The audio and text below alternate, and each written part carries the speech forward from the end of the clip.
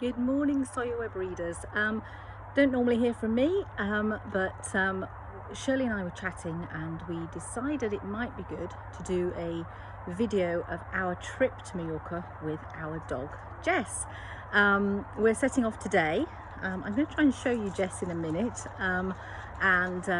we're setting off in a wonderful big Volvo car.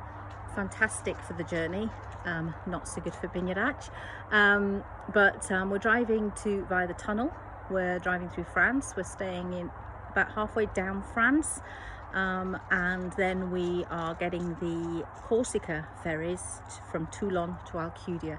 So I'm going to try and video lots of bits of that journey and explain about paperwork and different things along the way. And hopefully lots of you will find it helpful when you come to Mallorca with your pets. Yes. Here's Jess, who is coming with us. So here is advice and thoughts from our trip. Pet passport. It's not cheap if you're coming from the UK. So do ask about whether, especially if you live in the EU or if you have a holiday home which you stay for long periods in the EU, ask there about getting an EU pet passport that you can use both ways. But there are things you have to do.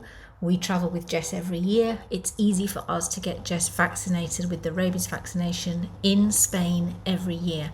You can't get it done in the UK if you have an EU pet passport. Point 2, I'm just going to miss for now. I'm going to go back to that. I'm going to show you a map in a minute. Roads, cars and legalities. Please have a look on websites. There are lots in the UK, the RAC, the AA, about what safety equipment you need in your car, what you need to do to be legal if the police stop you driving through France and into Spain. Also have a look about Critère. Put Critère into a Google search. For France, for Toulon, you actually need this sticker for emissions, and you could be fined if you don't have it. It's only for certain cities, so it depends which route you're going to take and where you're going to drive. Also, we used a little device, an electronic device called a Bip and Go for the toll payments. It basically is a device that records every time you go through a toll. It raises the barrier automatically and it charges you at the end.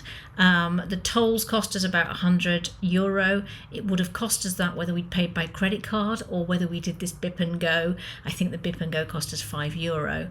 There are multiple versions of that device. It doesn't have to be Bip and Go. There are similar devices out there. Check when Black Saturday is. Black Saturday is the busiest time. It's when all the French, all the Europeans go on holiday and drive. Our 5-hour journey became 11 hours. Please check. It's usually either the last Saturday in July or the first Saturday in August. Both would be busy. And I just think, put it into Google again, Black Saturday in France. Try not to travel on that day. And do your homework. This is just our experience. Here's my disclaimer. I'm just doing this to give you some idea of how this trip looks. This is not a legal guide. Please do your own research. And back to point 2, our route. This time we did the Channel Tunnel. We stayed somewhere called Troyes, which is mid-France overnight, and then we drove down to Corsica ferries in Toulon. There are lots of other routes out there. In the past, we have gone via Barcelona, so there are routes. Almost all the ferries now have dog cabins, but if you want a dog cabin so your dog can stay with you, make sure you book early. They sell out fast.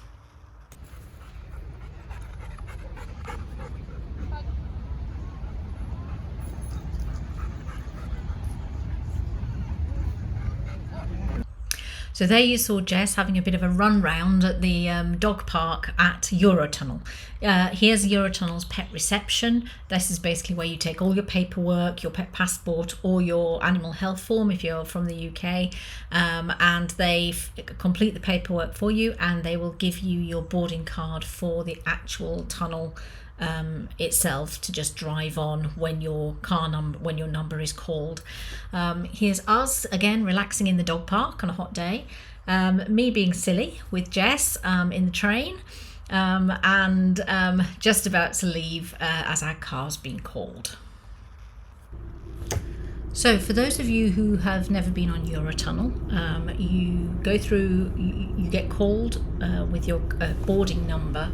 You go through customs, which are very much like any border customs when you're in a car, and then you get directed to your train, which is one of these. This is us driving on. Jess is in the back, so she's in the boot. She stays in the boot the entire journey, and you drive on to where the chap tells you to stop, and the emergency doors close in front of you and behind you, and you are stationary. The journey's about 25 minutes. We normally grab a sandwich and take it on with us because we normally travel just about lunchtime, so that we've got a good drive at the other side in France. It's all very easy, and you know, once this is all finished, you just drive off the other side and you're directed straight onto the roads in Calais. So it's definitely our choice with the dog. I decided not to put lots of road videos on from travelling on a road through France because you all know what they look like. This is actually where we stopped on the way down, about halfway down. This is the IBIS Styles Troyes Centre Hotel. Troyes is spelt Troyes, for those of you that don't know, and it was great, actually. We've stayed in lots of different hotels. We usually go with either Mercure or IBIS because they're very easy to book dogs into normally. Have a look. But the hotel was great. It was just off the motorway. It had a garden, which was enclosed alongside a little river. Which meant that we could let Jess off to have a little bit of a run around the garden. So it was kind of ideal for us. You know, it was easier than just having to take her out walking around a town that you don't know as well. So that was, the garden was lovely. She had a great time playing in the water. And it also, in that little garden, there was the bar. So there you go. There's a picture of David and the girls having a beer with Jess, and yeah, we would stay there again. It definitely was one of the good ones. The only thing was, it was probably, we should have maybe gone a little further down in France on that first day. We wish we'd done probably another hour of journey. So the next day we left Troyes and had the most horrendous journey, which I said was supposed to take 5 hours, and it took 11.